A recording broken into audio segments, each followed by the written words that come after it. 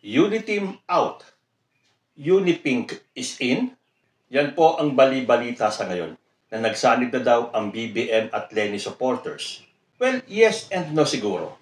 Hindi naman po kasi nangangahulugan na kapag ang mga pinklawan ay sumuporta kay President Bongbong Marcos at sa administrasyon nito ay iiwanan na nila si Leni Robredo. Hindi po ganun yun. Naniniwala po ang karamihan sa mga pinklawan sa mga ginagawa ng ating Presidente Bongbong Marcos. And I find that a good sign. Dahil yan po ang gusto ni President Bongbong Marcos. Walang kulay, lahat saba-saba. So kung yung iba dyan, tulad ng kampo ni Duterte, ni Sara Duterte, na ang gusto nila ay divisiveness, kay President Bongbong Marcos, ang gusto niya, unity. In the real sense of the word. Dahil kay Sara Duterte at sa mga DDS, hindi po uso ang unity. Gusto nila, sila-sila lang. Gusto nila, sila lang ang mamuno. Gusto nila, sila lang ang magaling. Gusto nila, sila lang ang above the law. Hindi nila kailangan sumunod sa batas dahil meron silang sariling batas. Well, yan po ang nakikita ko sa galawan ni Sara Duterte. So kung gusto nilang mag-solo, okay lang yan. Nag-iiyakan nga sila dahil wala na pong kumakampi sa kanila.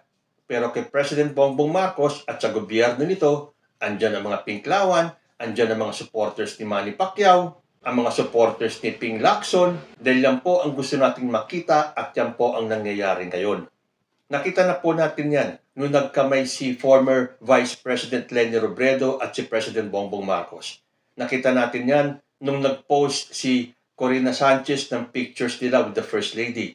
Tapos ngayon nga, nakita natin yung pictures ni Sharon Cuneta, ni Kiko Pangilinan, ni Vice Ganda, together with Lisa Marcos. So yan po ang kailangan ng bansa natin ngayon, ang pagkakaisa. Bayaan na po natin yung mga ayaw makiisa sa atin. Isang grupo na lang po sila. At kahit na anong gawin nila, hindi po sila magtatagumpay para ibagsak si President Bongbong Marcos. So totoo ba na ang mga artista makaleni noon ay maka-BBM na ngayon? Panoorin po natin itong video ni Sir Mike Abe, isa sa hinahangaan ko at iniidolo sa YouTube. And also, may pakiusap po si Sir Mike Abe at ito ay tulong ko na lang dahil once in a while ginagamit ko po yung videos ni Sir Mike Abe, lalo na kung gusto ko yung topic niya. Yung pong isa niyang channel, yung Mike Abe Pinoy TV o yung MA Pinoy TV ay malapit na pong mag 100,000. So puntahan po natin yung kanyang channel na yan. Iba po yan doon sa Mike Abe Opinions dahil yung po ay sobra-sobra na po sa pagka 100,000 yon. Ito pong kanyang bagong channel ay hinihingi niya ang suporta ninyo. Puntahan niyo po yung MA Pinoy TV, mag-subscribe na po kayo para yung pong channel niyang yon ay makaabot na ng 100,000. So panoorin po natin ang opinion ni Sir Mike Abe tungkol sa pag-attend ng mga makaleni ng mga artista sa isang event sa Malacanang. Panoorin po natin ito. Ito mga kaibigan, papakita ko sa inyo. Nakita nyo ito? Yan. Si First Lady Lisa Araneta Marcos at saka si Pangulong Marcos Jr. Ipinost pa talaga ni First Lady at hindi maganda, at hindi ho ito masama. Para sa akin, napakaganda nito. Kasi itong picture na ito po, ito yung Paskuhan sa Malacanang. Kaya nakakatuwa rin ito at saka kaya ko pinakikita. Ito yung diwa ng Pasko. Ito yung nakita nating pagkakaisa at pagrespeto sa isa't isa na rin. Kasi alam niyo ang karamihang mga artistang nandito, mga piklawan-dilawan. Ayan o, yung nakasalanding ito, si Christopher De Leon yan. Yung nga sa baba, ayun, yung nasa baba ngayon, si Vice Ganda. Di ba?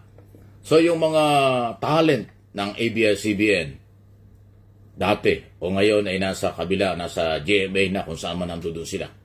Na-identify natin ng 2022 na talagang may makaleni Robredo sila at wala namang masama doon kasi kanya-kanya tayo ng paniniwala during election kung saan tayo susuporta sa mga kandidato. Majority halos ng mga artista noong panahong yon ay Leni Robredo, Piklawan-Dilawan. Kitang-kita natin yan sa kailang mga rally, Luzon, Visayas, Mindanao. Talagang napakaraming tao din nila. At sa kampo ni BBM, kakaunti ang mga artista, mabibilang mo lang. Di katulad po sa Piklawan-Dilawan, no, talagang punong-puno ang stage ng mga superstar sa pelikulang mga artistang Pilipino.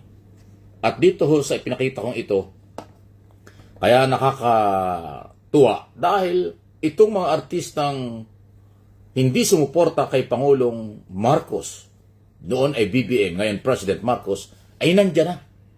At sa Malacanang pa nagpunta, doon talaga sila dumalo. At masayang-masaya sila. Di ba? Talagang unity, pagkakaisa, diwa ng Pasko, kalimutan ng politika.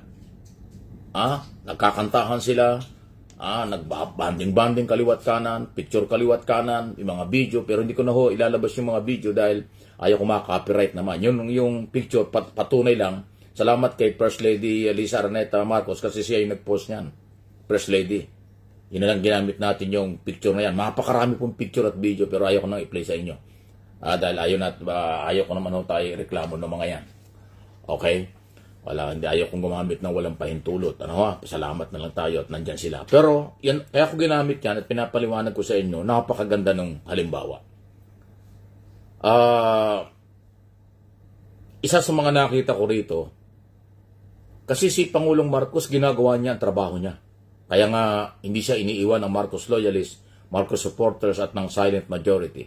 At saka wala naman talaga silang magagawa na dahil yun na yung Pangulo hanggang 2022. Ibig sabihin, ang 2028. Move on. Nag-move on na lahat. Ang piklawan, dilawan. Artista, negosyante, politiko, kung hindi man hayagan na sumusuporta sa administrasyon, pero hindi sila bumabatikos, yun na rin yun. Kaya nga sabi nila, di ba, kung ayaw mong tumulong, maging tahimik ka na lang at sumuporta sa gobyerno, sumunod sa batas, nakatulong ka na. Ang mahirap niyang wala ka nang tulong, puro batikos pa. Yun yung grupo ng mga Duterte. Walang nakikitang matino sa ating pamahalaan sa kasalukuyan. Puro negative, puro masama ang kanilang tingin. Kasi ang kanilang ambisyon, palitan si Marcos, ilagay nila ulit ang mga Duterte. Yun ang kanila. Itong piklawan, dilawan at ibang grupo ng mga artista, wala silang ganon.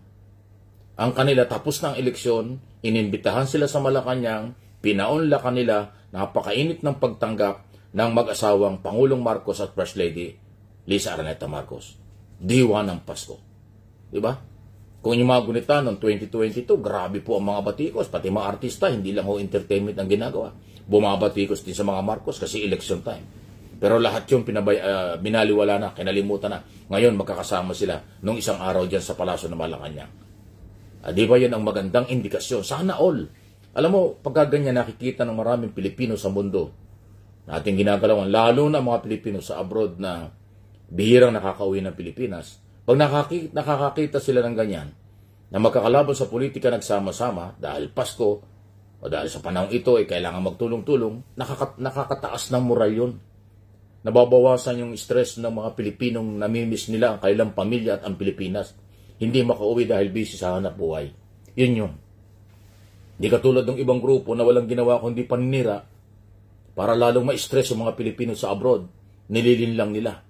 Kaso sa dami ng investigasyon, lumabas lahat ang mga pang-aabuso sa pera, kapangyarihan, at iba pa ng kanilang grupo. So, mabuhay ang Liberal Party. Mabuhay ang mga artistang Pilipino, kahit na hindi artista, na naniniwala at sumusuporta sa ating pamahalaan.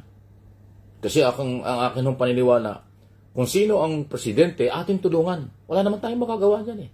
Kahit ayaw nyo. Yan na yung presidente eh. Hanggang 2028. Di saka na lang kayo tumakbo at magharap ng inyong tutulungan pagdating ulit ng eleksyon. Pero yung from day one, ngayon, hanggang sa huli, lagi kayong oposisyon at paninira, wala talaga kayong makukuha ang suporta. Kasi yung sobrang politika, sawang-sawa na ang Pilipino dyan. Bugbog sarado ang ating mga Pilipino. Ang mahihirap gamit na gamit. Nagpapagamit yung iba dahil sa pangangailangan, pasintabi na. Pero yung iba, kahit na may pangangailangan, naghahanap buhay sa ibang pamamaraan. Hindi yun sila nagpapagamit sa politiko, sa mga rally at kung ano-ano para gibain ang gobyerno. Ayaw na nila yan.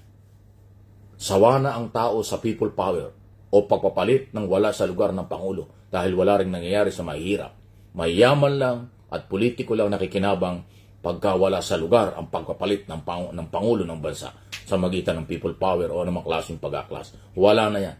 Hindi na yan tinatanggap ng business community, ng mamamayang Pilipino, ng kabataan ngayon na nag-aaral at matalino, hindi na ho tinatanggap yan. Yung sobrang pamulitika lang sa nakaraang una, pangalawang people power doon, pero ngayon hindi na ho yan. Hindi na tatanggapin. Sa dami po ng pinagkakabalahan. Ang involved lang dyan ay yung mga may personal interest or political interest na gustong mangagaw or gustong bumalik sa kapangyarihan. Sila lang yon. Nakita nyo itong Liberal Party. Ito, mas malaking grupo ito. Kung hindi nga lang nagsama yung Marcos Duterte noong panahon yun, hindi mananalo sila eh. Leni Robredo at Piclawan ang mananalo. Sa totoo lang. Yun naman talaga. Kaya ngayon, hindi pwedeng ipagmalaki ni Sara Duterte na siya dahil sa kanya. Kaya nanalo sila. Hindi. Marcos loyalists ang nagdala. Marcos supporters ang nagdala. Okay? Yan ang totoo. Hindi yung Duterte lang. Eh ngayon, na-discover ang maraming problema sa nakaraang gobyerno. O di, napatunayan na ang nagdala ay mga Marcos supporters nationwide, worldwide. Hindi Duterte lang. Ayun po yun. Anyway, tapos na yun. Ulit ko, ito sanang pag-imbita, pagsasama-sama ng maraming artista. Mga veteranong artista at mga bagong artistang pumunta ng Malacanang para sumuporta kay Pangulong Marcos at pinaunlakan ng imbitasyon at nakaisa sa Christmas ng Paskong ito. Sana magtuloy-tuloy. Sana hindi sa Pasko lang. At lagay ko gano'n naman dahil yung Liberal Party, Piclawan Group, wala naman hong mga personal na batikos sa administrasyon. Actually, sumusuporta nga sila sa foreign policy.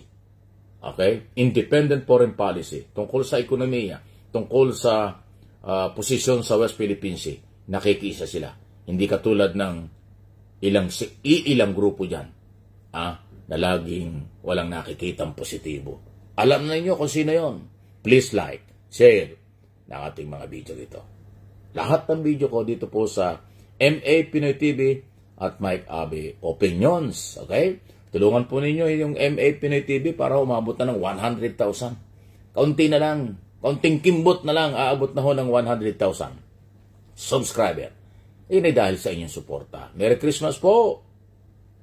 O hindi ba, napakagandang tignan kung sama-sama. Magkakaiba man ng political affiliations, magkakaiba man ng sinusuportahan, pero kapag may nakikita yung mga hindi maka-BBM na magagandang proyekto at magagandang ginagawa ng ating presidente, nakasuporta po sila. Ganun po tayo dapat. Huwag tayong tumulad sa isang grupo dyan na 15% na lang sila. Akala mo ang tingin nila sa sarili nila majority sila. Kayo po, ano ang masasabi nyo sa pagsuporta ng mga Pinklawan kay President Bongbong Marcos? Comment lang po down below at magbabalik ang usapan. Tito Manny. Diyos ti Agnina.